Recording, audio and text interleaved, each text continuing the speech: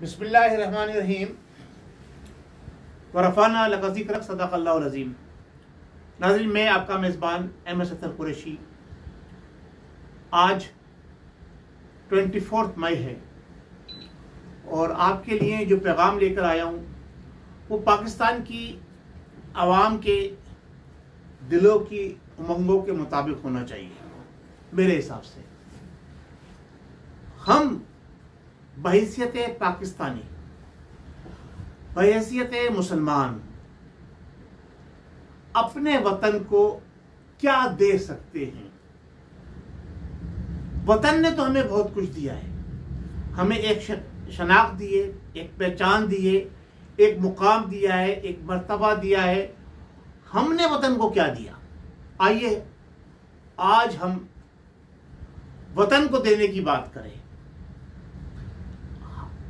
अब तक 75 साल गुजरने के बाद हम जिस मुकाम पे पहुंचे हैं, अगर हम तज्जिया करें और थोड़ा सा पीछे जाकर कश्मीर में देखें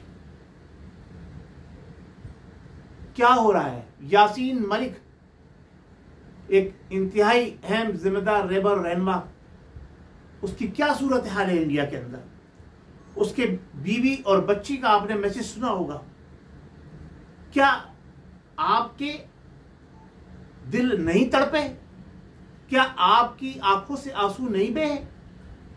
फिर थोड़ा सा और पीछे जाइए, आप देखिए कि इंडिया की बहुत सारी स्टेट के अंदर किस तरह से मुसलमानों पर लाठीचार्ज, उनके घरों को आग लगाई जाए, उन्हें कारोबार करने नहीं दिया जाए, मसाजिद के अंदर लाउड स्पीकर पर अजान को मना कर दिया गया,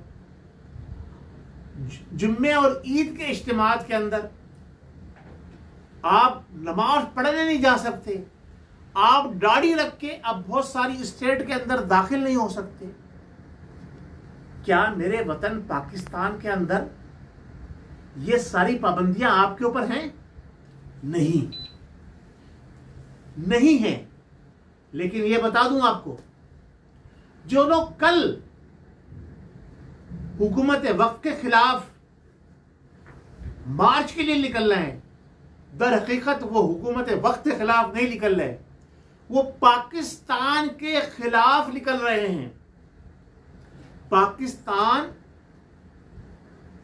दो कौमी नजरिए की बुनियाद पे बना, दुनिया के अंदर वाहिद रियासत है जो इस्लामी नजरिए की बुनियाद पर मोरिज़ वजूद में आई। उस नजरिए की नफी करते हुए वो लोग बाहर निकल रहे हैं। तो क्या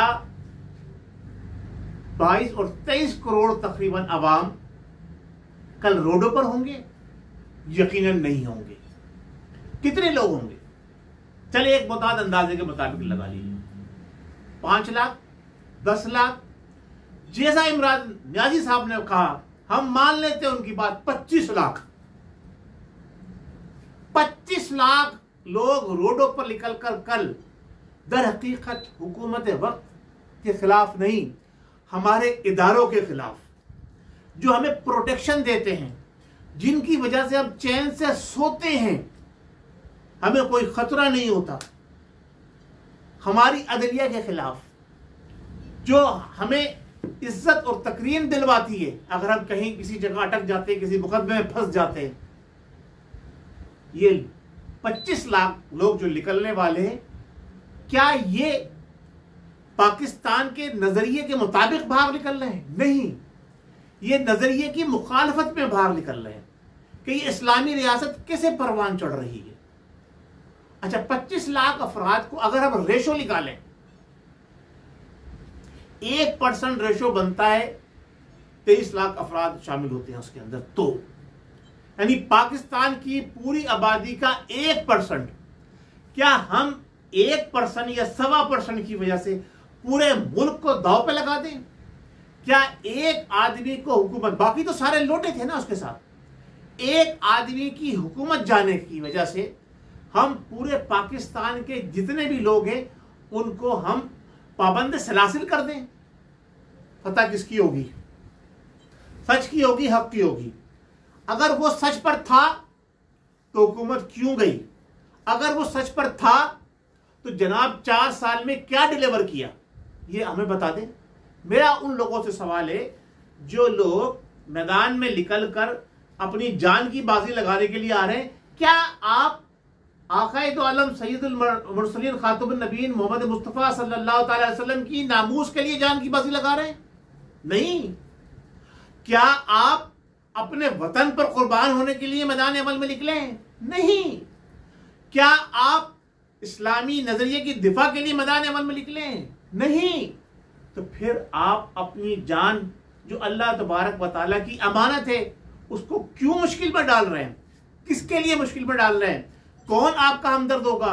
कौन आपकी दाद रसी को आएगा?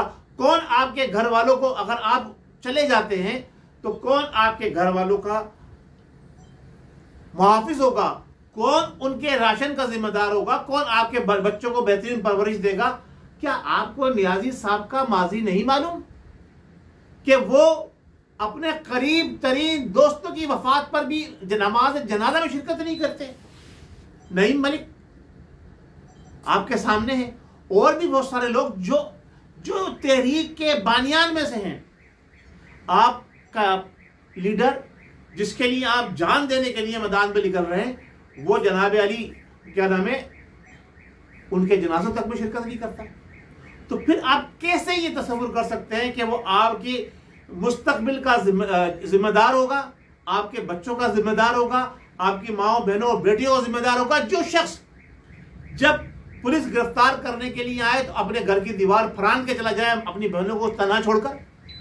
फिर नियाजी साहब के बड़े भाई, उन्होंने वाज़ेह तौर पर ऐलान कर दिया सोशल मीडिया पे आकर, उनका वीडियो क्लिप है मौजूद, कल ही रिलीज हुआ है, कि हमारा इस लॉन्ग मार्च और धरने से हमारे साथियों का कोई ताल्लुक नहीं होगा। वो कौन से नियाजी साहब के बड़े भाई? नियाजी साहब के बड़े भाई जिन्होंने नियाजी साहब के साथ खड़े होकर कंटेनर पर तकरीरें की थी जब 126 दिन का धरना था, और कफन पहनकर नियाजी साहब के साथ खड़े थे। उन्होंने साफ इनकार कर दिया कि हमें इस शख्स को पहचानने में गलती हो गई, ये वो नहीं है जो हम समझ रहे थे। तो इतने करीबी लोग, फिर ये क्या नाम है, ओन चौधरी, आप उसका सलीम साफी के साथ इंटरव्यू देख लें, तोशा खानम के ऊपर और दूसरी चीज़ों के ऊपर उसने खुल्लम खुल्ला ये बात कही है कि ये सारी करप्शन जो है वो फराह गोगी के जरिए करवा रहे थे। अब उसके तहफ़्फ़ुज़ के लिए, करप्शन के तहफ़्फ़ुज़ के लिए ये मैदान में निकले में, हुकूमत के तहफ़्फ़ुज़ के लिए नहीं, करप्शन के तहफ़्फ़ुज़ के लिए, और अपनी अना और ज़िद के खातिर इन्होंने पाकिस्तान की सालियत को दाव पे लगाया है। तो क्या मुहिब्बे वतन शहरी, मुहिब्बे वतन पाकिस्तानी, मुहिब्बे वतन इस्लाम दोष क़ुव्वतें क्या इनको इस बात की इजाज़त देंगी?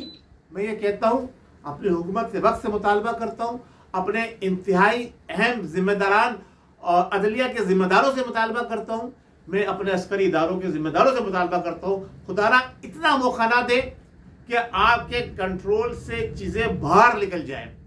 ये कंटेनर लगाने की ज़रूरत नहीं थी, पूरे इस्लामाबाद को हाईजैक करने की ज़रूरत नहीं थी। चंद लोग आपने देख लिया ना, जो कल तक ये कह रहे थे कि जी जेल तो हमारी ससुराल है, वो आज रूपोश होकर जनाब खुफिया जगहों से अपनी वीडियो शेयर कर रहे हैं। एक नहीं, सारे के सारे लीडर। अब आप बताइए, नियाजी साहब बनी गाला छोड़ के KPK में चले गए, चौधरी क्या नाम है, शेख रशीद साहब अपना घर छोड़ के कहीं और शिफ्ट हो गए, फवाद चौधरी का पता नहीं कहाँ है, और गुल साहब क्या नाम है उनका, गिल साहब, शहबाज गिल साहब, उनका पता नहीं कहाँ है। वो एक इमरान शफकत साहब जो बहुत बहादुर बनते थे, जिनके ताल्लुकात हैं बाज़ारिया, अब मैं गहराई में नहीं जाना चाहता, ख़ास ताल्लुकात हैं जिनके फराह गोगी और उनकी सहेली से जो हैं खातून अव्वल थी, ख़ास ताल्लुकात, वो भी जनाब अली गायब हो गए, पिक्चर से गायब होकर रूपोशी की। तो कल तक तो आप बड़ी बांगे मार रहे थे, अब आप किस मुंह से मुसलमाना ने पाकिस्तान, हवा में पाकिस्तान को ये कह रहे हैं कि आप जनाब रैली में आइए, मैं फला जगह पहुंचूंगा, मैं वहां से रैली ज्वाइन करूंगा? ये पाकिस्तान को डी एस्टेब्लिश करने की जो अमेरिकी साजिश है, ये उसका हिस्सा है इमरान नियाजी साहब। ये मैं बात वसूख के साथ कह रहा हूं और मुहिब्बे वतन पाकिस्तानियों से, खास तौर से नौजवान नस्ल से, कि खुदारा आप होश के नाखुन लें। हमारे पास जो इतलात आ रही हैं, जो हमें चीजें मौसूल हो रही है, हम बता रहे जनाब हीरोइन की, हशीश की और वाइट आइस की प्राइसेस बढ़ गई हैं क्योंकि धरने का ऐलान हो गया है। तो ये प्राइसेस बढ़ने का उनका धरने से क्या ताल्लुक है? इस बात को समझें, इस पर गौर करें। इनके पीछे कौन सी लाबी लगी हुई है? कौन लोग पाकिस्तान के दुश्मन है? कौन पाकिस्तान को डिस्टेब्लिश करना चाहते हैं? कौन पाकिस्तान की अस्करी कुव्वत को तबारा पारा करना चाहते हैं? कौन है जो नजरिया इस्लाम और नजरिया पाकिस्तान का मुखालिफ है? कौन पाकिस्तान को तोड़ना चाहता है? जो लोग पाकिस्तान को तोड़ना चाहते हैं, जो नजरिया पाकिस्तान के खिलाफ है, वही रैली में जाएंगे, वही धरने में जाएंगे, वही कल इमरान नियाजी साहब के साथ होंगे। मेरा इस बात पर पुख्ता यकीन है। लेकिन जो कायदे आजम के पाकिस्तान, नजरिया पाकिस्तान के मुहाफिज है, जो इस्लामी नजरिए को फरोग देना चाहते हैं, पाकिस्तान को सही मानों में इस्लामी फलाई रियासत बनाना चाहते हैं, वो रैली में किसी सूरत नहीं जाएंगे। वो रैली को भी कंडम करेंगे, वो धरने को भी कंडम करेंगे। वो वक्त गुजर गया जब 126 दिन का धरना दिया था। उस वक्त अवाम ये समझ रही थी कि वाकई नियाजी साहब सच्चे हैं, ईमानदार हैं, सादिक और अमीन हैं। लेकिन इन्होंने इन तमाम चीजों को उलट करके दिखाया। इनके अपने लोग जो इनके साथ अगलामबाजी करते रहे, जिसे हम कहते हैं हम जिस परस्ती करते रहे, उन्होंने आपके सामने जनाब मीडिया पे आके, सभा टीवी पे बाकायदा बताया कि हम इमरान नियाजी के साथ हम जिस परस्ती करते रहे हैं। तो जो हम जिस परस्त हो, जो क्या नाम है, छाट के बैरून ममालिक से सारे जितने लोगों के मैंने नाम लिए, सब डबल नेशनलिटी वाले, उनको अपनी कैबिनेट में शामिल करें और फिर ये कहे कि जनाब अली हम अमेरिका के खिलाफ हैं। तो भाई अगर आप अमेरिका के खिलाफ हैं, अमेरिका ने आपके खिलाफ साजिश की है, तो आपने अब तक पूरी दुनिया के अंदर किसी एक मुल्क को चुनकर अमेरिकन एम्बेसी के खिलाफ धरना क्यों नहीं दिया? फिर आप हमारी माओ, बहनों और बेटियों को तो बुला रहे हैं, उन्हें दावत दे रहे हैं कि आप जरूर आए, सबसे ज्यादा ख्वातीन होंगी। आपकी खुद के घर की ख्वातीन कहां हैं? आपके खुद के बच्चे कहां हैं? वो धरने में क्यों नहीं है? वो पिक्चर पे क्यों नहीं आ रहे? जितने भी लीडरान हैं, अली मोहम्मद साहब हो, क्या नाम है, खैबर पख्तूनख्वा के जो साबका मिनिस्टर थे वो हो, जो मौजूदा हैं वो हो, जो कैबिनेट के सारे लोग थे, उन सब के बच्चे सामने लाओ। अगर सच्चे हो, अपने मुल्क के साथ वफादारी की बात कर रहे हो, तो लाओ अपनी औलादों को मुल्क पे कुर्बान करो। क्यों पाकिस्तान के गयूर अवाम की औलादों को बहकाकर उनको कुर्बानी का बकरा बना रहे हो? आज तुम्हें तकलीफ हो रही है कि छापे पड़ रहे हैं। कल तुम जब गोलियां चला रहे थे, आज तुम्हें आजादी राय का ख्याल आ रहा है। कल जब लोग रमजान मुबारक के महीने के अंदर रोड पे खामोशी से बैठे हुए धरना दे रहे थे, तो आप उन पर तेजाब फेंक रहे थे, आप गोलियां चला रहे थे। शेख रशीद साहब, कहां गई आपकी भड़कें कि मैं किसी को नहीं छोड़ूंगा? और आप अब खुद दुबकते फिर रहे हो। अगर मर्दे मोमिन हो तो सबसे आगे खड़े हो, सबसे आगे खड़े हो, जुलूस की क़यादत करो, अपने लश्कर की क़यादत करो। देखें कितने लाखों का लश्कर होगा आपका। कोई लाखों का लश्कर नहीं होगा। ये 35-40 हजार, हार्डली 50 हजार लोग, जो ये 25 लाख की बात कर रहे हैं, मैं कहता हूं अगर ये 5 लाख भी इकट्ठे कर ले तो मैं समझता हूं कि इन्होंने बहुत बड़ा तीर मार लिया। अब लोगों को अकल आती जा रही है। सोशल मीडिया का दौर है, ये इलेक्ट्रॉनिक का और प्रिंट मीडिया का दौर गुजर गया, ये अब सोशल मीडिया का दौर है। आपकी असलियत खुलकर आवाम के सामने आ चुकी है। आप धोखा देने में कामयाब हो गए थे एक बार फिर। पहले तो आपकी फिगर डाउन हुई, आप 0 पे चले गए, फिर अमेरिका की साजिश के तहत आपको एक बार फिर उठाया गया, आप पब्लिक में गए, लोग समझे कि वो वाकई बहुत जुल्म हुआ है। लेकिन अब सब कुछ खुल के सामने आ गया, क्योंकि अमेरिकन एम्बेसडर ने भी खास तौर से ये बात वाज़ेह तौर पर कर दी, हमारा इससे कोई ताल्लुक नहीं है। दुनिया जहां के लोग झूठे हैं, सिर्फ इमरान नियाजी सच्चा है। जिन लोगों की आंखों पे पट्टी पड़ी हुई है, जो सिर्फ सेलिब्रिटी के तहत इमरान को मानते हैं, वो उसके चाहने वाले, वो उसके साथ रहेंगे। जो मिरासी हैं, सुन लीजिए मेरी बात को गौर से, जो मिरासी हैं, जो नाचने गाने वाले हैं, जिनकी ना कोई असल है, जो नाजायज औलादे हैं, वो इमरान नियाज़ी के साथ होंगी। जो पाकिस्तान के गयूर मुसलमानों की औलादे हैं, वो नियाज़ी साहब के साथ नहीं होंगी।